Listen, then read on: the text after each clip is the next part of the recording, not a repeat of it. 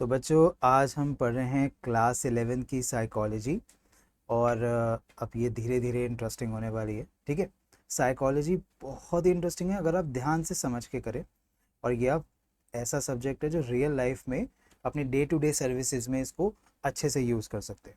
ठीक है। वही वाला सिंपल कंसेप्ट पहले हम पूछेंगे, भाई व्हाट इज साइकोलॉजी, साइकोलॉजी होती क्या है। तो psychology is your scientific study of mind and behaviour. ठीक है। इसका मतलब क्या हुआ कि आपका जो माइंड है, आपका जो बिहेवियर है, जो आपकी सोच है, ठीक है, दिमाग आपका जिस तरीके से सोचता है, जो आपका बिहेवियर है, यानी आसपास आपके एनवायरनमेंट सराउंडिंग में जो भी कोई हरकत होती है और आप उसको कैसे डील करते हैं, आपका थॉट प्रोसेस उसको कैसे देखता है, that is the combination. And ये कॉम्बिनेशन आपका कहलाया जाता है, इसकी स्टडी को कहलाया जाता है साइकोलॉजी। ठीक है। हमें साइकोलॉजी क्यों पढ़नी चाहिए? देखो बेटा, पहला point, it helps in understanding how people think, feel and behave in various situations. सबसे पहली चीज़, आपको साइकोलॉजी ये बताएगा कि इंसान सोचता कैसे है, फील क्या करता है, उसका अलग अलग सिचुएशन में बिहेवियर क्या है। ठीक है। ये दो तरीके से होता है, या तो आप सामने वाला पर्सन का समझेंगे या फिर आप अपने बारे में समझेंगे, जो हमारा सेकंड पॉइंट अब कहता है सेल्फ अवेयरनेस। आपको ये पता चलेगा कि आप हो कौन। आपके कई बार होता है कि हमें कोई चीज़ बुरी लग जाती है, कोई चीज़ अच्छी लग जाती है। कई बार हमने ये फील किया है कि हम लोग काम नहीं कर पाते, काम को टालते हैं। एक बार कई बार होता है ना कि शुरू शुरू में बहुत एनर्जी रहती है, धीरे धीरे फिर कम हो जाती है, या हमारा कंसंट्रेशन नहीं लग पाता। तो सेल्फ अवेयरनेस का मतलब होता है कि आपको पता चलेगा कि भाई आप कैसा फील करते हैं, आप हो क्या, आप हो कौन। जब आपको ये पता चलेगा, फिर हमारा थर्ड आता है कम्युनिकेशन को इम्प्रूव करना। देखो बेटा, कम्युनिकेशन हमारा बहुत वाइटल पार्ट है डे टू डे लाइफ का। क्योंकि अगर आप अपनी बात सिद्ध नहीं कर पाएंगे, अगर मैं आपको चीज़ ना समझा पाऊँ, आप मुझे उसका रिस्पॉन्स ना दे पाएँ, कोई भी इनमें से ब्रेक होगा तो हम लोग तो समझ ही नहीं पाएंगे ना। तो कम्युनिकेशन इम्प्रूव करने के लिए साइकोलॉजी बहुत इंपॉर्टेंट होती है। और हमारा नेक्स्ट पॉइंट है, it helps in problem solving skills. Problem solving skills मतलब कि आप प्रॉब्लम को किस अकॉर्डिंगली सॉल्व करते हैं, वो आपको ये स्किल सेट देता है। एग्जाम्पल के तौर पे हम देखते हैं कॉग्निटिव बायसनेस। ज़रा मैं आपको है ना कुछ रियल लाइफ एग्जांपल्स बताता हूँ साइकोलॉजी के। ठीक है। ये कहीं ना कहीं आपके, इसका मेंशनिंग आपके चैप्टर्स में डायरेक्टली या इनडायरेक्टली है, बट आपको ये चीज़ें पता होनी चाहिए सो दैट आप अपने सब्जेक्ट पे तो अच्छे से वर्क करें बट अपनी लाइफ पे भी वर्क करें। क्योंकि यार ये आपका है ना प्रैक्टिकल बेस्ड टाइप है। ये ऐसी थ्योरी है जो आप प्रैक्टिकली अप्लाई कर सकते हो, और ये नहीं सारे सब्जेक्ट्स में ही ऐसा होता है। बट मैं साइकोलॉजी को थोड़ा स्पेशल रेफरेंस देता हूँ क्योंकि हमारे डे टू डे लाइफस्टाइल में बहुत काम आती है। देखो बेटा, एग्जाम्पल एक देखते हैं। एक टेक्निक होती है जिसे हम बोलते हैं कॉग्निटिव बायसनेस। ठीक है। कॉग्निटिव बायसनेस का मतलब क्या होता है, मान लो एक आपका एक पर्सन है। ठीक है। वो ये सोचता है, अच्छा, कॉग्निटिव बायसनेस दो टाइप की है। अभी मैं ज़्यादा टाइप्स पे नहीं जा रहा, मैं आपको एक एग्जांपल बता रहा हूँ छोटा सा, ज़्यादा डिटेल पे मत जाना, नॉर्मली समझो। मान लो कि एक इंसान है, उसको ये बहुत स्ट्रॉन्ग बिलीफ है कि भाई ये पर्टिकुलर पॉलिटिकल पार्टी बहुत अच्छे से काम कर रही है। ठीक है। लेट सपोज अगर कोई रूलिंग पार्टी है, हम ये मान के चलते हैं कि जैसे फॉर एग्जांपल बीजेपी है। एक आदमी कहता है भैया बीजेपी ने जो काम किया है वो आज तक किसी ने नहीं किया। ठीक है, ये उसका पॉइंट ऑफ व्यू है।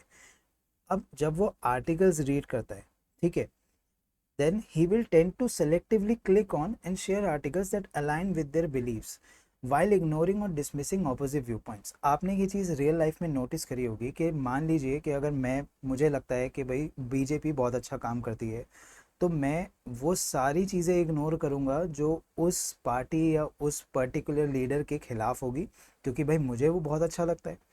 ठीक है। और मैं सारी वही चीज़ें शेयर करूँगा जो पॉजिटिव है, या फिर मैं उन चीज़ों का डिफेंस करूँगा जहाँ मुझे लगता है कि नहीं यार ये बंदे पे कोई उंगली उठा रहा है या ये गलत है।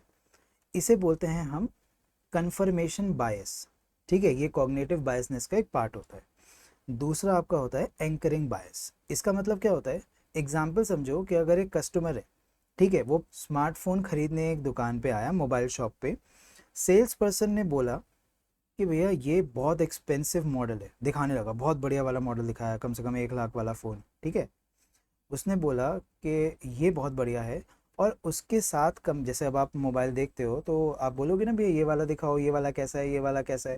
वो कहेगा भैया ये तो बेकार है, इसका कैमरा बेकार है, इसकी रैम बेकार है, ये खराब, मतलब कुछ ना कुछ कमी निकालेगा। और वो एकमात्र जो बहुत एक्सपेंसिव, या जो जिसका मेन प्रायोरिटी उस बंदे का है वो बेचने का, वो ऐसा दिखाएगा कि भैया इसके अलावा तो कोई फ़ोन अच्छा है ही नहीं। ठीक है, कंपैरिजन करने पे, सब चीज़ों पे। ठीक है,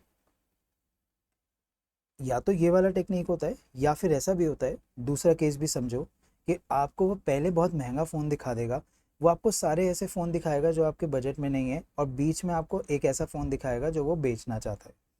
ठीक है, जो उसका ऑब्वियसली सेल्स टारगेट होगा, या है ना उसका पर्टिकुलर होगा कि भाई हम सब आपके सामने एनिमी बना देंगे, और उसके बाद अपना एक हीरो ला के खड़ा कर देंगे, आप कहोगे अरे भाई ये तो बहुत अच्छा है, सस्ते रेट पे इतना कुछ मिल रहा है। इसको हम बोलते हैं एंकरिंग बायसनेस।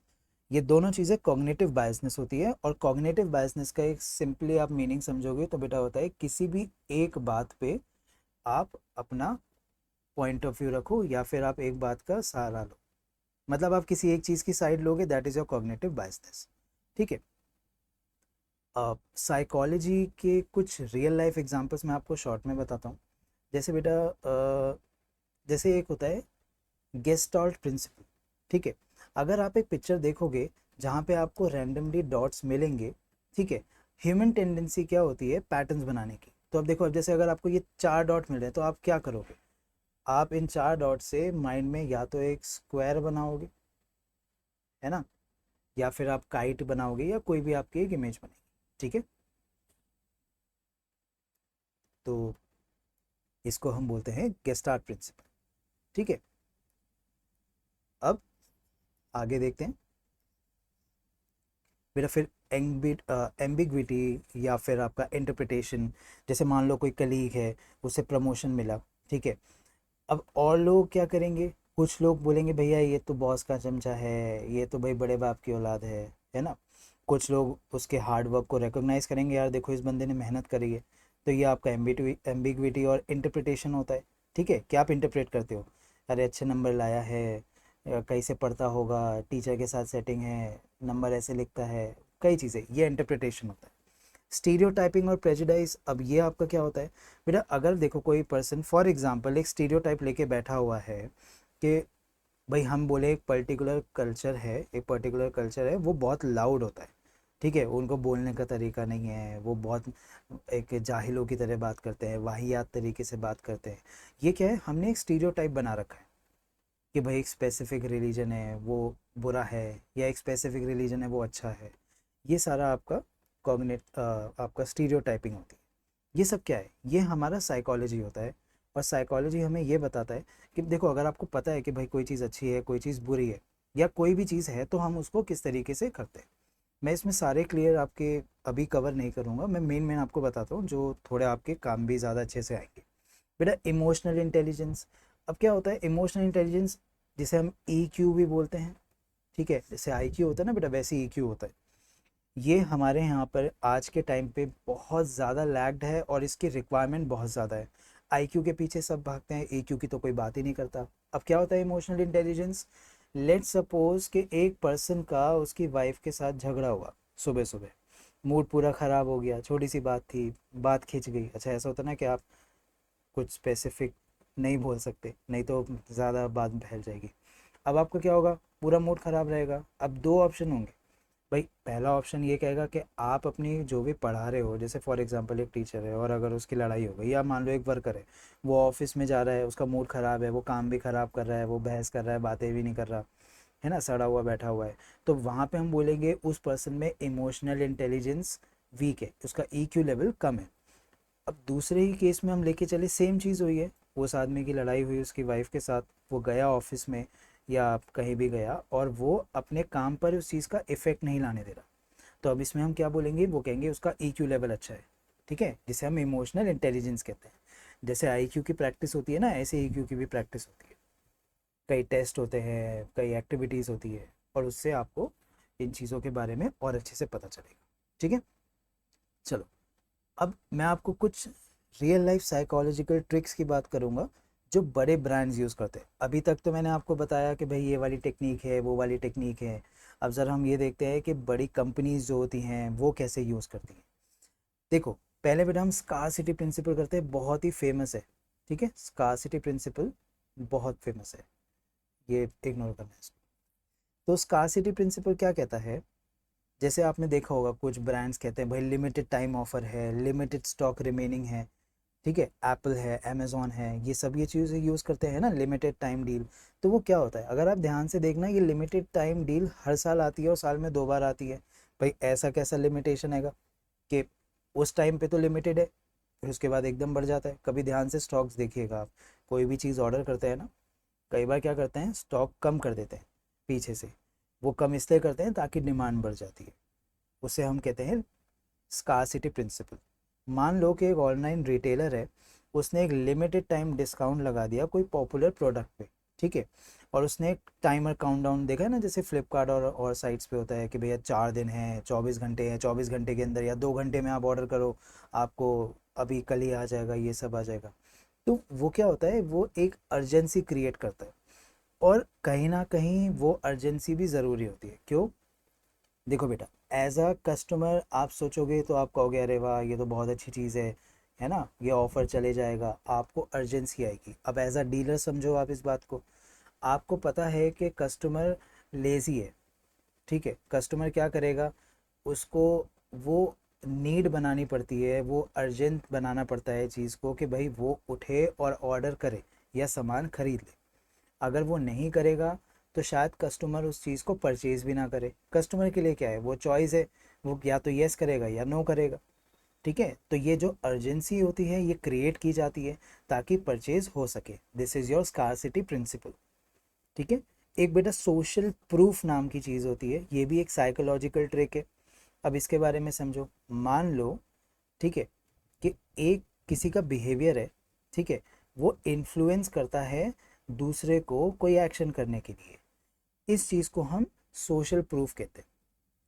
अगर मैं आपको इस चीज़ का एग्जांपल दूं, तो मान लो एक कस्टमर का रिव्यू है, हम नेट पे अमेज़ॉन और इन सब पे देखते हैं ना कस्टमर का रिव्यू। अगर आपको ये लगता है कि कोई भी प्रोडक्ट है जो बहुत जैसे फॉर एग्जांपल लेट से आईफोन है, और आपको ये लगता है कि उसमें नीचे जितने भी 5 स्टार रिव्यूज़ दे रखे हैं वो सारे के सारे लोग के जेन्युइन रिव्यूज़ हैं, तो आप गलत सोच रहे हैं। क्या करते हैं, कंपनीज अपने रिव्यूज़ डालती है, कंपनीज वो शो करती है, और ये सब जगह होता है। और मेरे ख्याल से मेजॉरिटी लोगों को जो इन चीज़ों से वाकिफ़ हैं या जो इस फील्ड से टच में हैं उन्हें पता होता है। तो वो उन्हें क्या लगेगा, अरे वाह देखो 5 स्टार्स हैं, 4 स्टार्स है। अब आप जोमेटो या कहीं से मंगाते हैं तो यही देखते हैं ना कि कितने रिव्यूज़ है, कितनी रेटिंग है। भाई 12,000 लोगों ने रिव्यू दिया है। आप रिव्यू चेक करके स्टैटिस्टिकल एनालिसिस तो नहीं निकालने बैठोगे कि भाई कितने लोगों ने हाँ बोला, कितने लोगों ने ना बोला, कौन से लोग हैं जिन्होंने पर्टिकुलर टाइम में, जैसे सर्दियों में वो कह रहे हैं इसकी डिलीवरी अच्छी है, खाना अच्छा है, गर्मियों में या एक पर्टिकुलर सीज़न में, इतना कोई डिटेल में नहीं जाता, किसी के पास फालतू का टाइम नहीं है। बट अब क्या हुआ, आपने रिव्यू देखा, आपने कहा अरे भाई देखो कितने लोग इस चीज़ को खरीद रहे हैं, कितने लोगों ने रिव्यू दिया है, तो हम क्या करें, चलिए हम भी लेंगे। This is your social proof. ठीक है, अब इसके बाद हम नेक्स्ट पे आते हैं बेटा, अ, जिसे हम बोलेंगे प्राइमिंग। ठीक है, प्राइमिंग क्या होती है, ये भी एक टाइप की साइकोलॉजिकल ट्रिक होती है। In it influences the behaviour of exposing individual to certain stimuli that unconsciously activate specific thought और इमोशन। मैं आपको बहुत ही ईजी वे में बताता हूँ इस चीज़ को। जैसे आप वॉलमार्ट है, ठीक है, वॉलमार्ट क्या करती है, वो स्ट्रेटेजिकली उस आइटम को प्लेस करेगी, जैसे उनका मॉल है, या आप चलो बिग बाज़ार ले लो। कभी आप किसी मॉल में जाओगे, आप देखना उनका जो सेटअप होता है ना वो बहुत समझदारी से होता है। जैसे आप कभी भी जाओगे मॉल में तो आप एक चीज़ नोटिस करना कि जो कॉर्नफ्लेक्स वाला होता है ना डिब्बा बच्चों का, जो आपका चोकोज और ये वगैरह जो भी आपके कॉर्नफ्लेक्स है, ऐसे डिलीशियस चीज़ें होती है, वो हमेशा नीचे रखते हैं। जो टॉयज़ का ऑप्शन होता है ना वो हमेशा नीचे रखा जाता है, कोई ऊपर नहीं रखता। या तो वो बहुत एक घेरा बना के रखेंगे, है ना, बहुत सारा एक जैसे पिरामिड टाइप बना दिया, नहीं तो वो हमेशा नीचे रखते हैं। और जितने भी एडवर्टीजमेंट, आपको एक आज मैं एक बड़ी बहुत ही इंटरेस्टिंग चीज़ बताता हूँ। जैसे फॉर एग्जांपल चौकोस है, वो देखें ना अपने चौकोस में एक मंकी बना हुआ है, वो कार्टून। आप किसी भी कार्टून को देखना, उसकी आंखें ना नीचे की तरफ होती है, कभी ऊपर की तरफ स्ट्रेट इधर उधर नहीं होती। वो नीचे क्यों होती है? क्योंकि बेटा जब कोई बच्चा होगा, है ना, कोई आपका जैसे मान लो 8 साल से 12 साल के बच्चे, कोई भी बच्चा होगा, वो जब उस डब्बे को देखेगा तो उसका आई कांटेक्ट ना उस कार्टून के साथ होता है, और जब आई कांटेक्ट होता है तो रिलेशन बिल्ड होता है। ठीक है। जब हम पैदा होते हैं ना तो हमारा सबसे पहला जो एक कम्युनिकेशन बिल्डिंग एक आप कह लो सोर्स होता है, वो आइज़ होती है।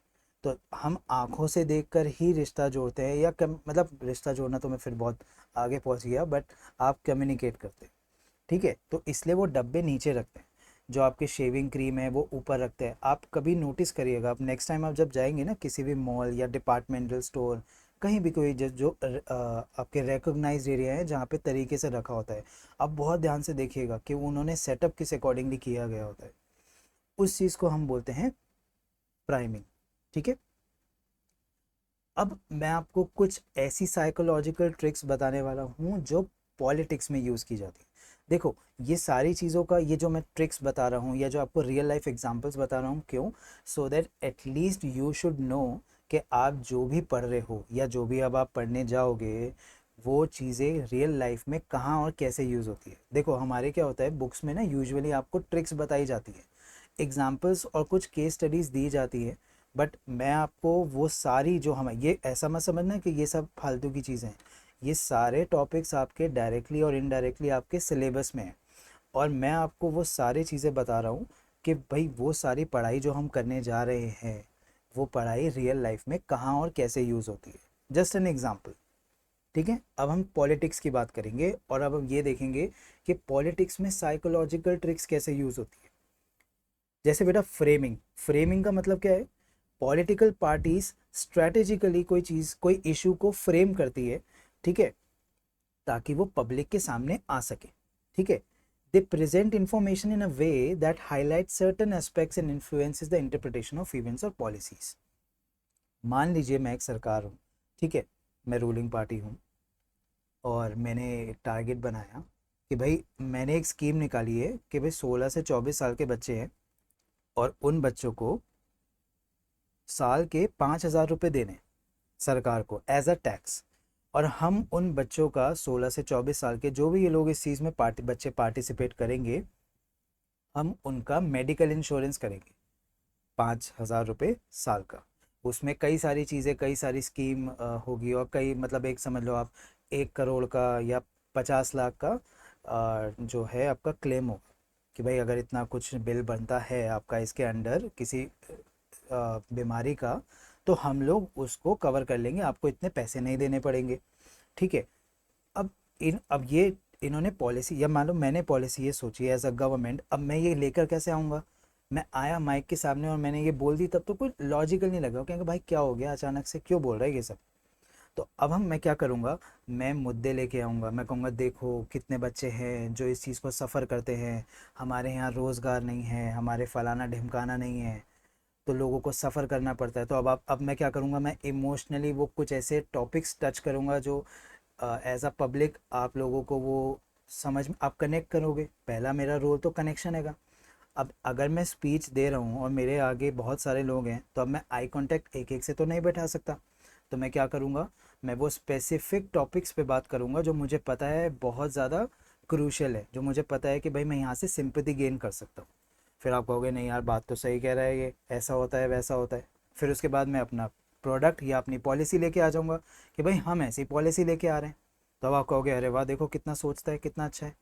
ठीक है। इसको हम बोलते हैं बेटा फ्रेमिंग, पॉलिटिक्स में बहुत यूज़ होती है। दूसरा, इमोशनल अपील्स। अभी ये देखो, अभी मैंने बताया, अब मैं क्या करूँगा, मुझे आपके वोट चाहिए, मैं एज अ पॉलिटिकल पार्टी अभी रिप्रेजेंट कर रहा हूँ और मुझे आपके वोट चाहिए। मैं ऐसी ऐसी बातें करूँगा जो आपको इमोशनली टच कर जाए, जो आपको, आपका है ना, दिल से दिल कनेक्ट हो जाए। अब वो क्या, किस एस्पेक्ट पे हो सकती है? या तो मैं आपको कोई उम्मीद दूँ कि हमारा देश ऐसा होगा वैसा होगा, है ना, वाईफाई आ जाएगा, ये आ जाएगा, वो 5G आ जाएगा, सबको फ्री कर दूंगा, ये मैंने दिया आपको होप। ठीक है। दूसरा में ऑप्शन होता है एंगर। देखो, अब जब ये थे, इन लोगों ने ऐसा किया, उन लोगों ने, उस पार्टी ने ऐसा किया, उस टाइम पे, इलेक्शन के टाइम पे, या जब वो वाली पार्टी रूल कर रही थी, तब उसने ये सारी बातें करी। अब मैंने आपका लगाया एंगर। ठीक है, पहला आपने होप देखा, दूसरा आपने देखा एंगर। अब आप कहोगे नहीं यार सही है, अब आपको बदला लेना होगा, आप कहोगे नहीं हमें तो इंसाफ चाहिए, फिर आप मुझे वोट दोगे। तीसरा होता है बेटा फेयर। अब मैं डर बैठा दूं, देखो बेटा अब मतलब अब मैं आप लोगों को बोलूं मैं पॉलिटिकल पार्टी हूं और मैं आप बोलूं भाइयों बहनों, ऐसा है अगर आप मान लो हमें लेके नहीं आए तो कोई बात नहीं, लेकिन अगर दूसरी वाली पार्टी आई तो वो ऐसा कर देंगे, वो पैसे खाने लग जाएंगे, वो अपने ही लोगों को रखेंगे या एक पर्टिकुलर रिलीजन को सपोर्ट करेंगे, पर्टिकुलर रिलीजन को नहीं करेंगे। तो अब ये क्या हो गया, ये फेयर हो गया। ये सारे इमोशंस से मैं अप्रोच कर रहा हूँ सो दैट मैं आपको कन्विंस कर सकूँ अपने फेवर के लिए, that is your emotional appeal. ठीक है, तीसरा हमारा है बेटा आइडेंटिटी पॉलिटिक्स। पार्टीज क्या करती है, स्पेसिफिक आइडेंटिटी ग्रुप्स को टारगेट करती है ताकि वो उन पे अलायंस बना सके और वोट सिक्योर कर सके। जैसे एक मुस्लिम पार्टी, एक Hindu party, Sikh party, Christian party, ऐसे अलग अलग टाइप के लोग या समाज को या कोई भी आपका जो भी डाइवर्सिटी है वो उस डाइवर्सिटी को कैप्चर करेंगे और वो उसी के अकॉर्डिंगली दिल जीतने की कोशिश करेंगे ताकि वहाँ सपोर्ट मिल सके। इसको हम क्या बोलते हैं, आइडेंटिटी पॉलिटिक्स। ठीक है, ये सारी साइकोलॉजिकल ट्रिक्स हैं जो नॉर्मल लाइफ में यूज़ की जाती है अपनी चीज़ों को करने के लिए। और मैं फिर आपको बोलूँ ऐसा नहीं है कि ये गलत है, पर एटलीस्ट आपको पता होना चाहिए कि अगर कोई पर्सन कोई चीज़ यूज़ कर रहा है तो वो क्या है, क्यों है और कैसे। बेटा एक होती है बैंड वेगन इफेक्ट। इसमें क्या होता है, पार्टीज एक परसेप्शन लेकर आती है जो पॉपुलर परसेप्शन होता है। ठीक है, और उस एक मतलब हम क्या करेंगे, एक एक फेमस पर्सन को लेके आ जाएंगे। ठीक है, या एक मूवमेंट चला देंगे, अनशन जैसे फॉर एग्जांपल भाई हमने अनशन चला दिया जी, कुछ नहीं है आओ बैठ जाओ अनशन करेंगे सड़कों पे इस चीज़ के खिलाफ। अब ये क्या, ये एक पॉपुलर मैंने एक मूवमेंट स्टार्ट कर दी। ठीक है, इसे बैंड वेगन इफेक्ट करते हैं। This can sway undecided voters to align with the perceive majority. अब इसमें क्या है, जो वोटर्स हैं जिन्होंने डिसाइड नहीं किया है, अब वो क्या करेंगे, वो कहेंगे यार नहीं देखो यार देखो कितनी अच्छी बात कर रहे हैं ये लोग, ऐसा कर रहे हैं वैसा कर रहे हैं, वो कनेक्ट होंगे और फिर मेरे पास वोट आ जाएंगे।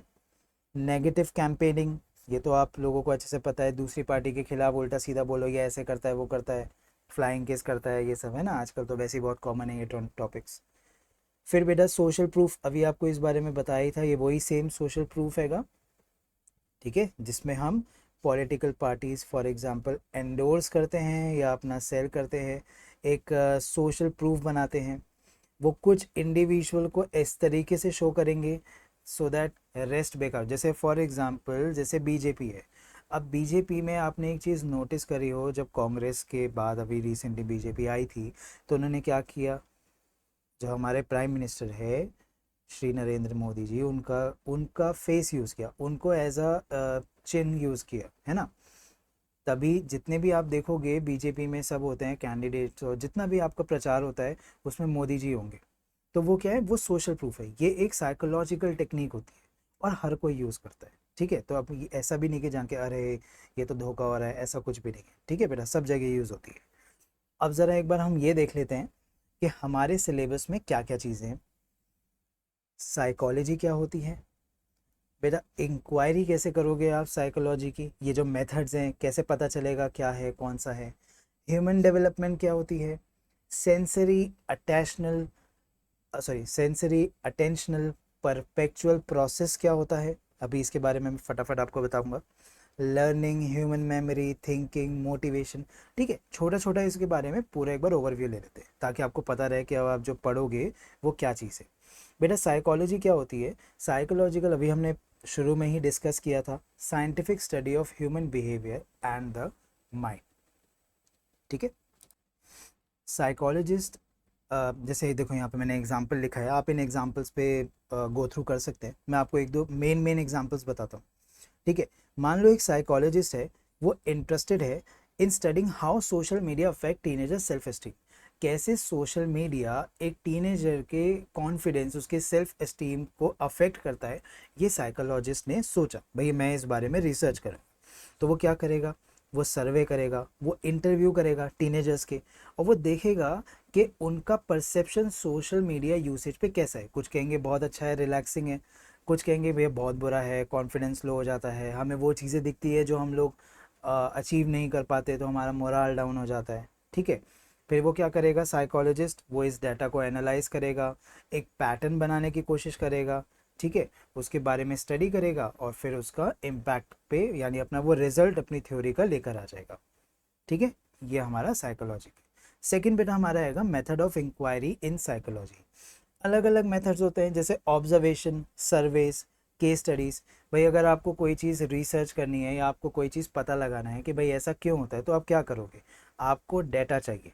अब आप डेटा कैसे लोगे भाई, या तो आप किसी पर्सन को ऑब्जर्व करोगे। लेट सपोज आपको आपकी क्लास है और you need to find out, dig out कि अच्छे बच्चे या ये जो पढ़े पढ़े पढ़ाकू बच्चे होते हैं वो कितने हैं, उनका क्या बिहेवियर है, वो उनका रूटीन क्या है पढ़ाई का। तो अब आप क्या करोगे, सबसे पहले आप ऑब्जर्व करोगे उनको।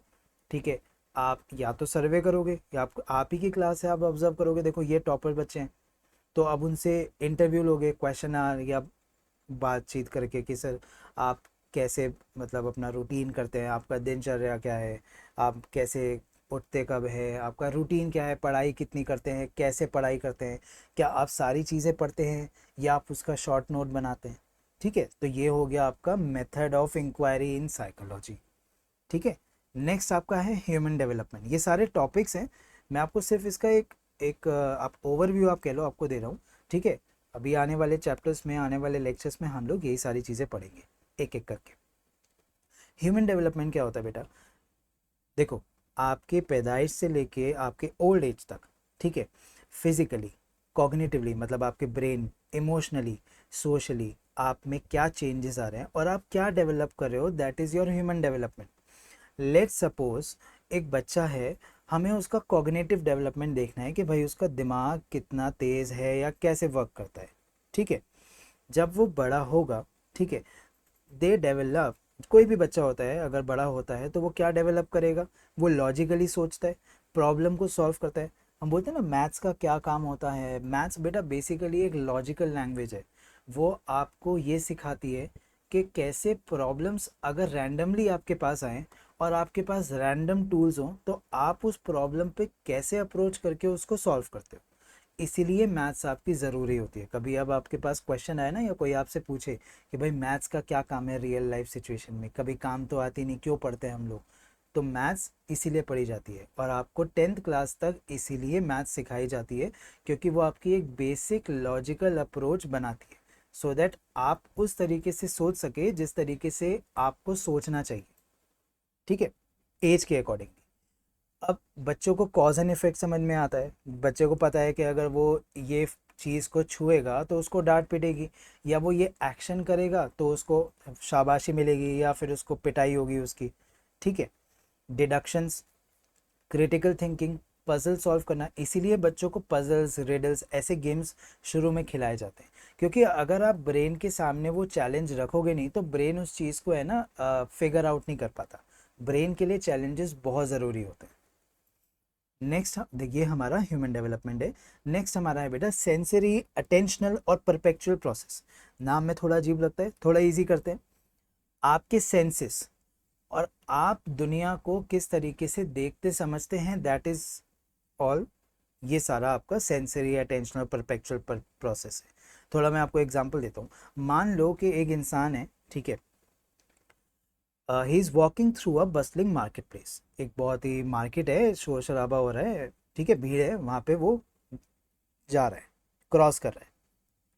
तो that person can use their senses to see the vibrant colours of various products, hear the sound of people talking and music playing and smell the aroma of freshly baked goods. Short में, अगर आप market से जा रहे हो तो आप देख सकते हो कि वहाँ प्रोडक्ट कैसे है, आप कलर देख सकते हो, आप लोगों की बातें सुन सकते हो, आपको कोई खुशबू या बदबू या कोई भी आपको कुछ भी स्मेल आएगा वो आप सूंघ सकते हो, राइट। अब इन चीज़ों का ये ऐसा नहीं है कि ये तो बेसिक सेंस है, आप कहोगे कि भाई ये क्या नई चीज़ है, तो सबको ही पता है। लेकिन अब साइकोलॉजिकली इस चीज़ का इम्पैक्ट देखो। कोई भी ब्रांड होता है, कभी स्टारबक्स के आसपास से या कैफ़े कॉफ़ी डे, इन सब बड़े बड़े कॉफ़ी शॉप्स के आसपास से देखना, आपको एक बड़ी अच्छी सी अरोमा आएगी। कभी देखना स्टारबक्स पे जाओगे, क्या खुशबू आती है, इतना अच्छा लगता है। तो वो उसका साइकोलॉजिकल ट्रिक है भाई। आप देखो ना, हर खाने की जगह से एक बहुत, कई जगह होता है नहीं आती खुशबू, कई जगह होता है बहुत आती है। कुछ ऐसे ब्रांड्स हैं जो वो स्पेसिफिकली चीज़ों को यूज़ करते हैं सो दैट आपके सेंसेस से आपको अट्रैक्ट किया जाए। अगर मुझे पता है कि भाई आपको कोई प्लेजेंट स्मेल अच्छी लगती है और मैं आपको वो प्रोवाइड करूं तो आप मेरी तरफ आओगे, आप वो प्रोडक्ट खरीदोगे। ठीक है। रीबॉक, एडिडास, नाइकी, नाइकी क्यों इतना चलता है, क्यों इतना ब्रांड है? एप्पल क्यों इतना चलता है? एप्पल ने साइकोलॉजिकली हेल्प काम किया। अब एक बात बताओ, टेक्निकली वी ऑल नो, जिस रेट पे हमें एप्पल का प्रोडक्ट मिलता है उस रेट पे हमें और कंपनीज पे या उससे कम में बहुत अच्छे प्रोडक्ट्स मिल जाते हैं, पर फिर भी लोग एप्पल के लिए मरते हैं। क्यों? क्योंकि उन्होंने डिज़ाइन किया है। तो अब वो क्या कर रहा है आपका, वो आपके सेंसेस के साथ खेल रहा है in a sense, don't take it in a wrong way, but वो अट्रैक्ट कर रहा है आपको। जितना वो अट्रैक्टिव और अपीलिंग बनाएगा आप उसी की तरफ खींचे चले आओगे। एक बात बताओ, लेनोवो का लावा का फ़ोन है, स्पाइस का फ़ोन है ना, ये ब्रांड्स के फ़ोन है, क्यों लोग इस पे ज़्यादा नहीं जाना पसंद करते? एक ब्रांडिंग क्यों नहीं होती? क्यों ये लोग 8, 10, 15 हज़ार में मोबाइल बेचते हैं, जबकि इतने ही फीचर्स का कोई बहुत बड़ी कंपनी का फ़ोन आपको 60, 70, 80 हज़ार रुपये में मिलेगा? ब्रांड नेम बना रखा है। वो लोग आपके सामने शो ही ऐसे करते हैं कि भाई हम प्रेस्टिजियस है, और आपको ये सर्विस चाहिए तो आपको इस रेट पे करना पड़ेगा। ठीक है। अब कई लोग आप देखोगे, आपने देखा होगा कई, जब आप जाओगे कोई स्पेसिफिक फीस होती है ना, कुछ लोग लाखों लाखों रुपए चार्ज करेंगे, है ना, बहुत सारे चार्जेस करते हैं ट्यूशन की फीस के। पर कुछ लोग हैं जो आपको रीजनेबल रेट पे देंगे। अब आपको क्या लगेगा कि भाई ज़्यादा रेट है तो अच्छा होगा? ये साइकोलॉजिकल टेक्निक होती है, कोई फ़र्क ऐसा सच नहीं होगा। हो सकता है कि भाई कम रेट वाला आपको बहुत अच्छी टेक्निक में आपको पढ़ाए, है ना। अब ये भी ज़रूरी थोड़ी ना कि अगर आप 1 लाख रुपए कहीं दोगे, या आप मान लो घंटे के हिसाब से इतने सारे रुपए दोगे, तो इसका मतलब यही है कि वो आपको बढ़िया ही पढ़ाएगा। लेकिन ये साइकोलॉजिकली आपको इम्पैक्ट अफेक्ट करता है, आपको लगता है नहीं ये है तो हम इतना ही अच्छा पढ़ाएगा। तो ये आपका सेंसरी, अटेंशनल और परपेचुअल प्रोसेस होता है। ठीक है। अब हमारा लर्निंग बचा है, एक हमारा ह्यूमन मेमोरी बचा है और थिंकिंग बचा है, और फिर हमारा बचा है मोटिवेशन, इमोशन। फटाफट इस चीज़ को गो थ्रू करते हैं। बेटा लर्निंग क्या है आपका? कोई आप नई नॉलेज को एक्वायर करते हो, कोई स्किल करते हो। देखो बेटा क्या होता है, एजुकेशन हमारा बचपन से पैदा होते ही स्टार्ट हो जाता है और हमारे डेथ पे ख़त्म होता है। एजुकेशन का मतलब इज़ नॉट कि आप बस पढ़ाई कर रहे हो, आप चीज़ों को देख रहे हो, सीख रहे हो, समझ रहे हो। That is what your education is all about. ठीक है। मान लो एक बच्चा आएगा, उसको जूते बांधना सीखना है, वो शू लेस अपने टाई कर रहा है। ठीक है। वो अपने पेरेंट्स को देखेगा, वो स्टेप्स को फॉलो करेगा, वो मूवमेंट्स को, कि भाई ऐसे एक शू लेस है, लेफ्ट वाला राइट पे जाएगा, वो एक रिबन बनेगा, फ्लावर बनेगा, फिर उसमें इधर से जाओ, उधर से टक करो। वो ये सारे पैटर्न्स देखता है, वो उसको प्रैक्टिस करेगा। ठीक है। उसमें कॉज इफेक्ट होंगे, वो कहेगा अच्छा देखो मैं इधर से ले जा रहा हूँ तो ऐसे नॉट बन रही है, इधर से ले जा रहा हूँ तो नहीं बन रही। ये आपका लर्निंग होता है। ठीक है। लर्निंग में यूजुअली रेपिटेशन होता है, रीइंफोर्समेंट होता है। मतलब आप चीज़ों को रिपीट करोगे, आप अपनी बॉडी लैंग्वेज को उस तरीके से मूव करोगे सो दैट वो पर्टिकुलर चीज़ आप सीख सको। ठीक है। फिर हम आते हैं बेटा ह्यूमन मेमोरी पे। अब ह्यूमन मेमोरी क्या होता है? एनकोडिंग, स्टोरिंग और रिट्रीविंग इन्फॉर्मेशन। बेटा देखो आपकी मेमोरी में ना तीन चीज़ें ही होती है। आप किसी भी बात को एनकोड करते हो, जैसे कंप्यूटर कोई भी कोड होता है उसे खोलता है ना, उसे समझता है। आप भी कोई बात समझोगे तो आप पहले उसको एनकोड करते हो, समझते हो, फिर उसे स्टोर करते हो, अपने दिमाग में रखते हो, और उसके बाद आप इंफॉर्मेशन को रिट्रीव करते हो, यानी उसमें से इन्फो निकालते हो। एक एग्जांपल लेते हैं इसका। मान लो कि एक आदमी है, ठीक है, वो अपने बचपन में जिस घर पे रहता था पहले, वो उस बारे में सोच रहा है। ठीक है। अब उसके सेंसरी डिटेल्स पे जाना, वो क्या कहेगा? वो कहेगा देखो पहला मेरा जो फ्रंट डोर था उस घर का, वो ब्राइट कलर का था। ठीक है। वहाँ आसपास गार्डन था, वहाँ से खुशबू के, गुलाब के फूलों की खुशबू आती थी, एक फ्रेशनेस होती थी। ठीक है।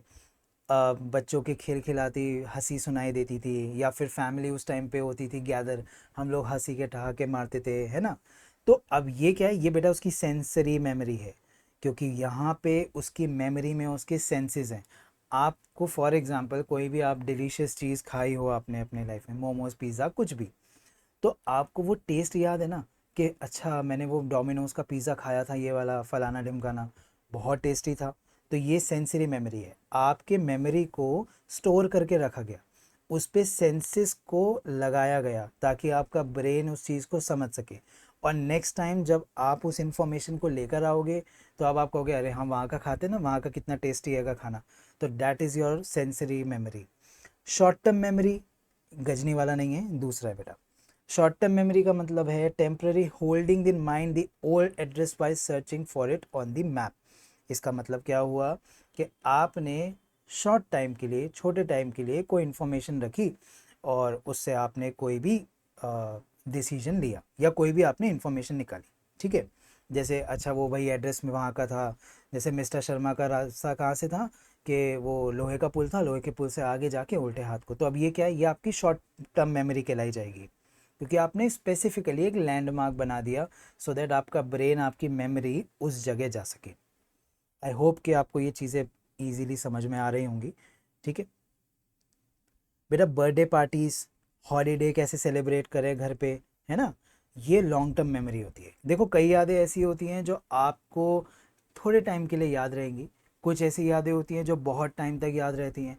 ये शॉर्ट टर्म, ये लॉन्ग टर्म मेमोरीज होती है। हमारा ब्रेन, अब आप कहोगे कि भाई ये मेमोरीज हैं तो ये डिसाइड कैसे होती हैं कि शॉर्ट टर्म और लॉन्ग टर्म कैसा आएगा। तो मेन आपका देखो इसका एक प्रोसीजर होता है। आपके सेंसेस, अभी जब हमने शुरू में पढ़ा था ना कि आपका एनवायरनमेंट पे आपका कैसा अप्रोच है। अब मेरे सेंसेस है, मेरे लिए कोई मेमोरी बहुत ज़्यादा स्पेशल है तो वो लॉन्ग टर्म रहेगी। ज़रूरी थोड़ी ना जो मुझे लॉन्ग टर्म मेमोरी है वो आपकी भी रहे। मान लो आपके पिछले कोई फेस्टिवल है, कोई भी फेस्टिवल है, लेट सपोज दिवाली आपकी बहुत अच्छी गई हो, मेरी ना गई हो, वो आपकी लॉन्ग टर्म मेमोरी हो, मेरी ना हो, है ना। तो this is your human memory और ये अलग अलग काम करती है। इसके कई सारे डायनेमिक्स होते हैं जो आपको ये डिसाइड करने में हेल्प करते हैं कि आपको कौन सी मेमोरी आपकी शॉर्ट टर्म रहेगी और कौन सी मेमोरी आपकी लॉन्ग टर्म रहेगी। नेक्स्ट आते हैं बेटा थिंकिंग पे। थिंकिंग हमारा क्या है, ये हमारा एक मेंटल प्रोसेस है जिसमें reasoning, problem solving, decision making, ये सारी चीज़ें होती हैं, ठीक है। मान लो कि एक पर्सन है, उसे मैथ्स की प्रॉब्लम सॉल्व करनी है और वो बहुत कॉम्प्लेक्स प्रॉब्लम है, तो वो क्या करेगा। या मान लो जब आप कोई चीज़ लर्न करते हो, अगर नहीं भी करते तो अब ध्यान से सुन लो, मैं आपको प्रोसीजर भी बता रहा हूँ। बहुत बड़ा आंसर होता है, कह रहे यार 6-7 लाइन का है, कैसे करेंगे यार, ये तो पूरी महाभारत लिख दी इसमें। तो हम क्या करेंगे, हम उसको ब्रेक डाउन करेंगे छोटे छोटे स्टेप्स में। कहेंगे भाई 2-2 लाइन करके याद कर लेते हैं, बचपन में ऐसे ही याद करते थे ना, वैसे अभी भी ऐसे ही याद करना चाहिए। अगर आपको कभी लॉन्ग आंसर पे अगर आप फंसते हो ना, मीनिंग समझने के बाद आपको याद ऐसे ही करना चाहिए। बहुत सारी टेक्निक्स होती है, धीरे धीरे ना मैं आपको सब बताते रहूँगा आगे आगे लेक्चर्स में।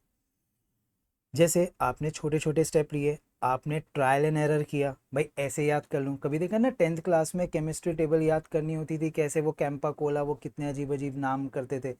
तो वो क्या था, वो ट्रायल एरर था, किसी के लिए वो बेनिफिट था, किसी के लिए नहीं था। उसने कहा नहीं यार ये मेरे को ये सब याद नहीं हो रहा, मैं तो भाई सिंपल ही करूँगा, है ना। कोई इंग्लिश के नाम यूज़ करेगा, कोई बॉलीवुड के नाम यूज़ करेगा, शायद कोई और तरीके से भी यूज़ करे।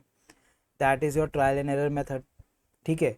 सिस्टमैटिक मेथड करेगा, जैसे मैथ्स में बेटा एल्गोरिदम होती है, वो कहते हैं भाई स्टेप बाय स्टेप करो।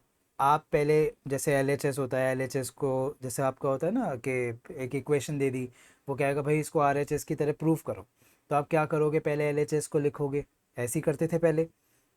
तो उसको आप लिखोगे स्टेप बाय स्टेप, आप उसमें आइडेंटिटीज़ लगाते थे कि भाई फॉर एग्जांपल अगर a + b का स्क्वायर है, जो भी फॉर्मूला है, हम ज़्यादा डिटेल में नहीं जाएंगे, ठीक है। तो ये फॉर्मूला लगाएंगे, फिर हम ऐसे बॉड मास लगाएंगे, ठीक है। ये सारा आपका सिस्टमैटिक अप्रोच है और ये आपका मेंटल थिंकिंग है, ठीक है। अब आपका आता है लास्ट, मोटिवेशन एंड इमोशन। इसको भी समझ लेते हैं। बेटा मोटिवेशन इमोशन क्या होता है, आपका बिहेवियर किस तरफ जाएगा, ये आपका मोटिवेशन तय करता है। और ये इसका फ्यूल होता है इमोशन। मोटिवेशन को आप समझो गाड़ी और इमोशन समझो आपका फ्यूल। अगर फ्यूल ज़्यादा होगा तभी आपकी गाड़ी आगे चल पाएगी, ठीक है। अब इसका एक एग्जांपल समझो। मान लो एक स्टूडेंट है, ठीक है, उसको मोटिवेशन मिली कि भाई मैं टॉप करूंगा इस बार स्कूल में, मैं फोड़ूंगा, सबसे ऊपर नंबर मैं ही लाऊंगा। उसने अपने गोल सेट कर दिए, उसने एक स्टडी स्केड्यूल बना दिया, भाई 8 बजे उठूंगा, 9 बजे ये वो, छुट्टियों में ऐसे ऐसे 4 घंटे पढ़ूंगा, 8 घंटे पढ़ूंगा, ऐसे ऐसे कर दिया, ठीक है। उसके बाद उसने मेहनत भी करी और वो गुड ग्रेड्स लेके आया। इसको वैसे इंट्रिंसिक मोटिवेशन कहते हैं। ये इंट्रिंसिक और एक्सट्रिंसिक मैं आपको बाद में बताऊंगा जब वो चैप्टर पे आएगा। अभी आप ये वर्डिंग को इतना नोटिस मत करो, मतलब बच्चे ने अपने गोल्स बनाए, उसने मेहनत करी और वो नंबर लेकर आ गया, ठीक है। अब जब उसको बढ़ावा मिलेगा, है ना, जब उसे प्रेस किया जाएगा उसके टीचर्स के द्वारा, उसके पेरेंट्स के द्वारा, भाई क्या बात है, क्या नंबर लेके आए हो, बहुत ही अच्छे, तो अब क्या होगा, वो खुश होगा, वो प्राउड फील करेगा, है ना, ये पॉजिटिव इमोशन बिल्ड करेगा और ब्रेन को समझ में आ जाएगा, देखो मैं ये वाला काम कर रहा हूँ तो मुझे ये मिल रहा है, मुझे अप्रिसिएशन मिल रहा है। जब आप पॉजिटिव इमोशन फील करते हो तो बेटा कुछ हॉर्मोन्स हमारी बॉडी में रिलीज होते हैं जो आपको अच्छा फील कराते हैं, ठीक है। यही आपका मोटिवेशन लेके आता है और यही आपके पॉजिटिव इमोशंस होते हैं जो आपको आगे बढ़ने में हेल्प करता है। तो ये आपका इमोशन है, ये आपका मोटिवेशन है, ये सारा आपका साइकोलॉजी है। आज हमने बेसिकली यही पढ़ा है कि साइकोलॉजी जो भी हम पढ़ने जाएंगे या जो भी है ये रियल लाइफ में कैसे यूज़ होता है, सो दैट आपको ये पता हो कि भाई इसका क्या इस्तेमाल है, ठीक है बच्चों, इसको अच्छे से रिवाइज करके रखना।